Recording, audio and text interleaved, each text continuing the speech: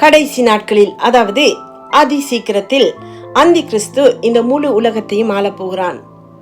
இவன் யார்? இப்போது எங்கே இருக்கிறான்? தன்னை எப்போது இந்த உலகத்துக்கு வெளிப்படுத்துவான்? ஆகியவற்றை அறிந்து கொள்வதற்கு அதிகமானோர் ஆவலுடன் இருப்பதால் பல அனுமானங்கள் வெளிவந்து கொண்டிருக்கின்றன. யாராலும் சரியான பதிலை கொடுக்க முடியாது என்பதே தற்போதைய உண்மையான நிலை. ஆனால் அந்தி கிறிஸ்துவின் ஆவி இந்த உலகத்தில் இருக்கிறது. அது அந்தி கிறிஸ்துவின் ஆளுகைக்கு உலகை தயார் பண்ணுவதில் மிக தீவிரமாக செயல்பட்டு வருவதை சமீப காலமாக வெளிப்படையாகவே காண முடிகிறது. இதை தெரிந்து கொண்டால் அந்தி கிறிஸ்து எங்கிருந்து வருவான் என்பதையும் அறிந்து கொள்ள முடியும். மாம்சத்தில் வந்த இயேசுவானவர் தேவனுடைய குமாரன் என்று அறிக்கை பண்ணுகிற எந்த ஆவியும் தேவனால் உண்டாயிருக்கிறது. மாம்சத்தில் வந்த இயேசுவானவர் தேவனுடைய குமாரன் என்று அறிக்கை பண்ணாத எந்த ஆவியும் தேவனால் உண்டானதல்ல. வரும் என்று நீங்கள் கேள்விப்பட்ட அந்தி கிறிஸ்துவினுடைய ஆவி அதுவே. அது இப்பொழுதும் உலகத்தில் இருக்கிறது என 1 யோவான் 4ஆம் அதிகாரம் கூறுகிறது.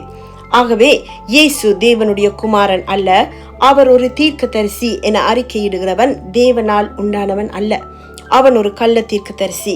அவன் கிறிஸ்துவுக்கு எதிரானவன், அதாவது ஆன்டி கிரைஸ்ட். அவனை நம்புகிறவர்களுக்குள் இருப்பது அந்தி கிறிஸ்துவின் ஆவி.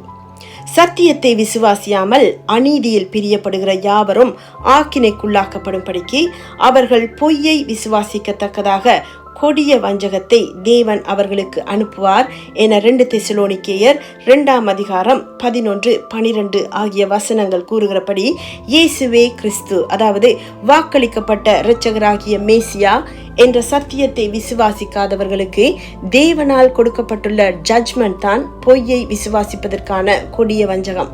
அதாவது இயேசு ஒரு தீர்க்கதரிசி மட்டும்தான். அவர் சிலுவையில் அறையப்படவும் இல்லை, மரித்து உயிர்த்தெழவும் இல்லை. மோட்சத்துக்கு போவதற்கு அவர் தேவையில்லை. நாங்களாகவே தொழுகை, உபவாசம், புனித யாத்திரை போன்ற செயல்களால் மோட்சத்துக்கு போய்கொள்ளலாம். ஏன், இதை நம்பாதவர்களை கொடூரமாக கொலை செய்து கூட மோட்சம் அடையலாம் ஆகிய பொய்களை நம்பும்படியான கொடிய வஞ்சகம் தேவனால் அவர்களுக்கு கொடுக்கப்பட்ட judgement.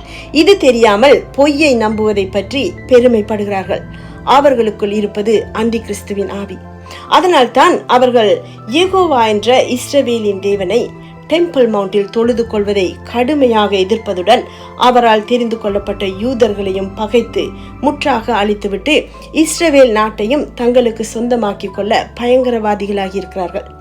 LGBT, women's right, communist, குளோபலிஸ்ட் ஆகிய கிறிஸ்துவுக்கு எதிரானவர்களுக்குள்ளும் இதே அந்தி கிறிஸ்துவின் ஆவி இருப்பதால் தான் இந்த பயங்கரவாதத்துக்கு கண்மூடித்தனமாக இவர்களும் ஆதரவு தெரிவிக்கிறார்கள்.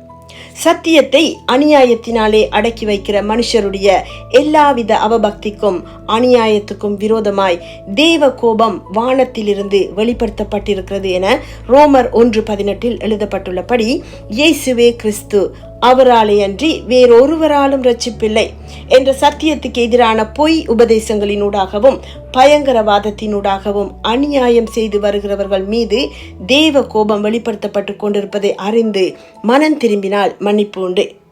இல்லாவிட்டால் அவர்களால் வரப்போகும் ஆபத்திலிருந்து தப்பித்துக் கொள்ளவே முடியாது. உங்களை கொலை செய்கிறவன் தான் தேவனுக்கு தொண்டு செய்கிறவன் என்று நினைக்கும் காலம் வரும் என இயேசு சொன்ன காலம் வந்துவிட்டது. தேவ வசனத்தை பெற்றுள்ள யூதர்களையும் கிறிஸ்தவர்களையும் கொலை செய்யுங்கள் என குரான் 9:29 எழுதப்பட்டுள்ளது. நம்புகிற தீவிர கொள்கையுடைய இஸ்லாமியர்கள் தாங்கள் கடவுளுக்கு செய்கிற தொண்டாக நினைத்து யூதர்களையும் கிறிஸ்தவர்களையும் கொடூரமாக கொலை செய்வது இப்போது சாதாரண சம்பவமாகிவிட்டது. இதற்கு காரணம் இவர்களுக்குள் இருப்பது தேவ ஆவி அல்ல, அந்தி கிறிஸ்துவின் ஆவி என்பதுதான். அந்தி கிறிஸ்துவின் ஆவி மட்டுமல்ல, அந்தி கிறிஸ்துவும் இஸ்லாமிய மதம் சார்ந்தவனாகவும் யூதர்களுடன் சமாதானமாக இருந்து சமாதான உடன்படிக்கை செய்து கொள்ளக்கூடியவனாகவும் இருப்பான் என்பதை கடைசி நாட்களை குறித்த கிறிஸ்தவர்களின் நம்பிக்கையையும் இஸ்லாமியர்களின் நம்பிக்கையையும் ஒப்பிட்டு பார்க்கும் போது விளங்கிக் கொள்ளலாம். இதை பற்றி அடுத்த வீடியோவில் பார்க்கலாம். இந்த வீடியோவை லைக் பண்ணி ஷேர் பண்ணுவதன் மூலம் மேலும் பலர் உண்மையை அறிந்து கொள்ள நீங்களும் உதவலாம்.